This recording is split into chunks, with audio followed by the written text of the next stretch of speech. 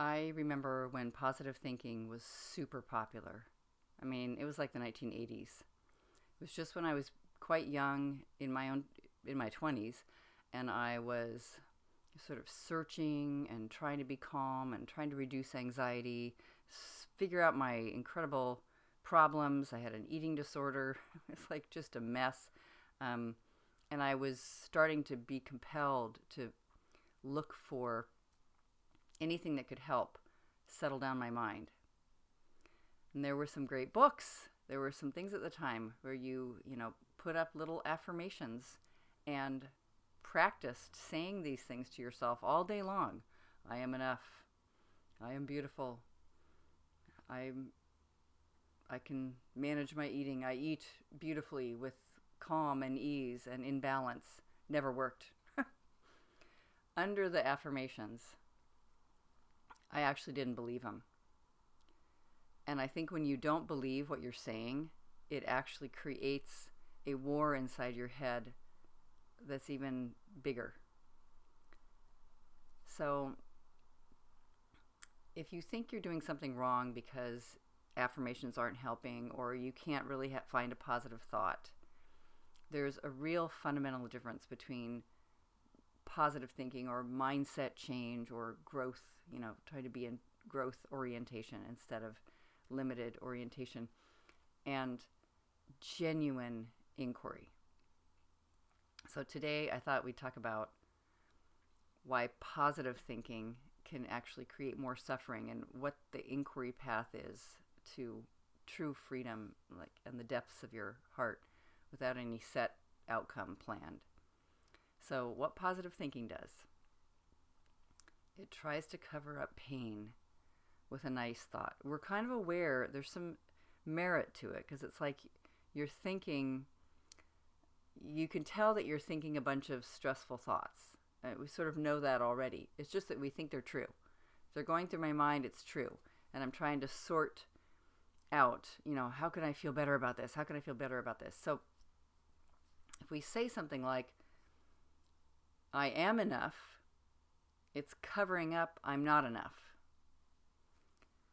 And I actually believe, or parts of me believe, that I am not enough. I don't believe what I'm saying if I'm making up a positive affirmation. So I've got voices fighting in my head. That's where parts work really comes in beautifully. It's like there's a voice that says, I am not enough. And another voice that comes in and says, no, stop thinking that. You are. Notice how it says you, like it's inside your own head, but it's talking to you like with the you instead of I.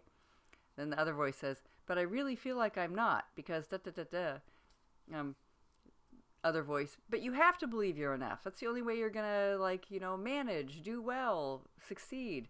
Very exhausting. What I would do, to be honest, when I was exhausted from that kind of internal argument, anxiety, I'd just break down. I'd go start eating food. I mean, people smoke cigarettes. I would do that sometimes. Let's go drink alcohol. Because at least it quieted all the voices down for a minute.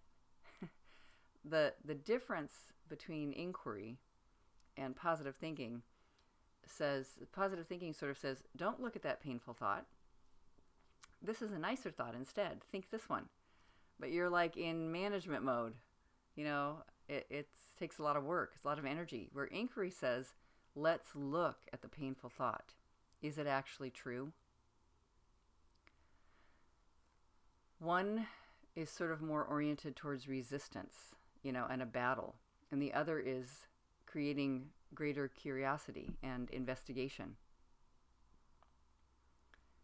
So I remember once I went to one of my kids was just entering college, and he was moving in with a bunch of his friends to a house.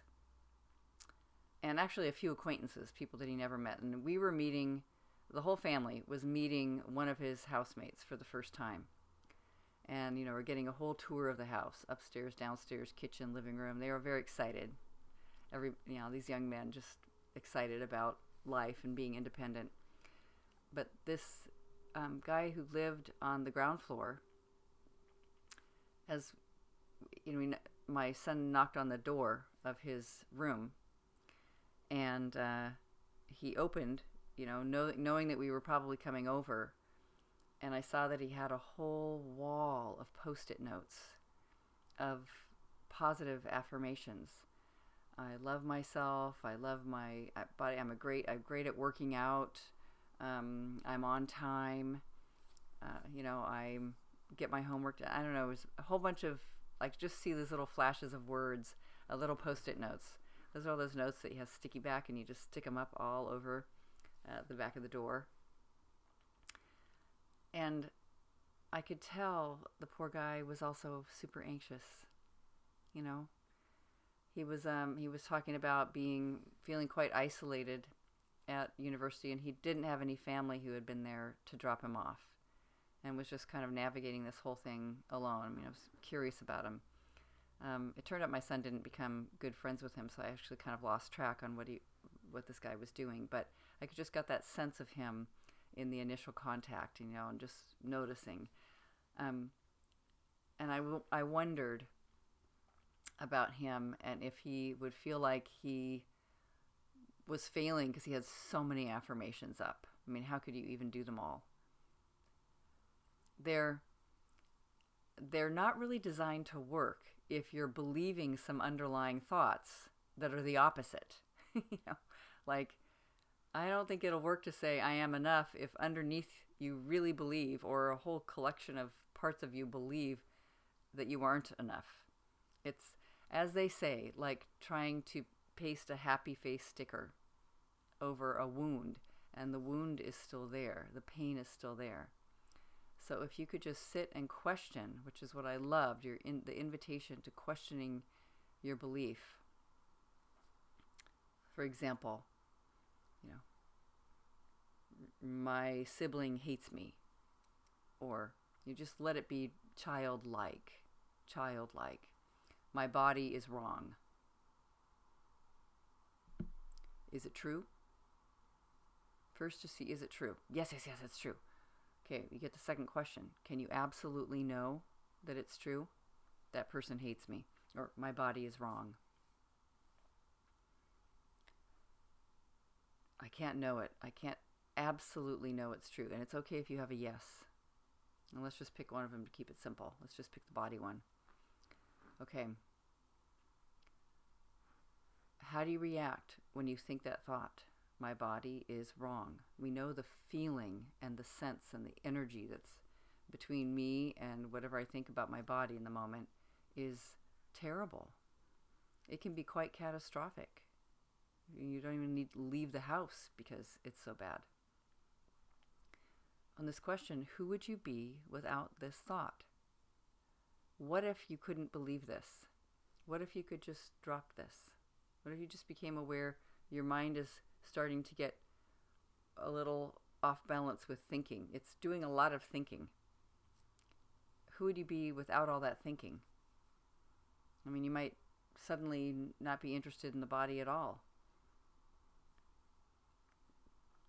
Turned around, coming back to the same situation, looking at your body. What if it's the opposite? My body is right. My body's just right for me. Can you find examples? Well, it seems to be working right. It's digesting food. It drinks water and does whatever it does with water. It heals cuts. It's pretty amazing. My heart beats without me thinking about it. Something's being animated here. It's working perfectly. My body's carried me through difficult times. It's been on my side, by my side, the whole time. You just begin to find the evidence. It's not trying to believe something nice. It's just discovering what's true. And it's not forcing yourself down a road of positivity. It's looking clearly. It's like the mind gets really interested, and it kind of goes on a negative track, and we're just switching over here and looking at maybe what's the positive track. Evidence for the opposite. That's not a positive thinking. We're actually finding evidence for it. So then when you see what's true there, like, it's not wrong. My thinking about my body is wrong. Only the thought is, not the actual body. It makes a difference. It's like seeing through some veil of negativity. Byron Katie says this amazing quote, "I don't let go of my thoughts. I meet them with understanding. Then they let go of me." Now, I'm not the doer here. Here I am being so great, letting go of my thoughts. That's the difference. Positive thinking is sort of a directive to let go of a bad thought. Here, let go of that one. Don't think that one. Think this one. Grab onto this good one over here. Inquiry is more, let's just understand what this belief is and where it comes from and what's going on. And then do this incredible exercise of wondering who you are without it. Asking, is it true? It's really the case we don't need to improve ourselves. We need to meet ourselves. So it's not with affirmations or self-improvement project, which is what positive affirmations kind of are. I mean, they're coming from a place of, care for the self, but it's still arguing with what you are in the first place. Well, I need a lot of help.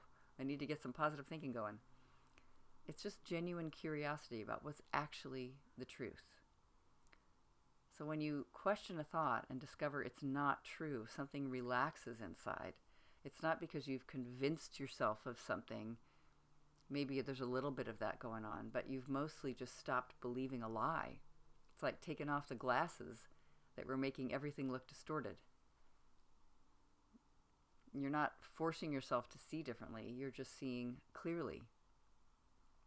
So instead of trying to convince yourself of good thoughts, let's just not battle with the mind at all. We're going to lose if we do that. So we don't want to feel like a failure when affirmations don't quote unquote work. Instead, we're just going to question painful thoughts. Is it true? Like, I am not enough. Is it true? Can I absolutely know it's true? I'll never figure this out. Is it true? My sibling doesn't like me. Who would I be without my thought? Who would I be without that story? What's the turnaround? Can you find genuine examples of where the opposite is as true or truer? I love that idea. The truth will set you free. The truth will set you free. But not the truth you're trying to create with affirmations. Like, then you have a lot of responsibility there. The truth that's already here when you actually just look. So at the time of this recording, we're about to go into 1 week that I seem to do every year, at this point at least, called New Year's Detox Camp. New Year's Thinking Detox Camp. And we just have 2 sessions a day for 7 days in a row. And we do a Judge Your Neighbor worksheet and then move through inquiry as a group, day to day, for 7 days in a row. And I think of it as an amazing detox. Who knows what's going to happen? We meet twice a day at Pacific time, 8 a.m. for 75 minutes and 4:30 p.m. for 75 minutes. And no one has to come to all of them. You can listen to the replays, or you can just randomly show up on one of them, whatever ones work. You'll still get something out of it no matter what, because each is a sort of standalone meditation in the work of Byron Katie. So if you're seeing this soon, consider joining us. There's always something going on coming up next. If this is something that's brand new for you, then there's the starter kit that you can download. So it's just like first response guide to thought storms, and you'll see the step-by-step on actually how to do self-inquiry. It's an amazing thing. It's changed my life and many others. So I hope you'll join me on something soon live if it's something that you're drawn to. Lots of love.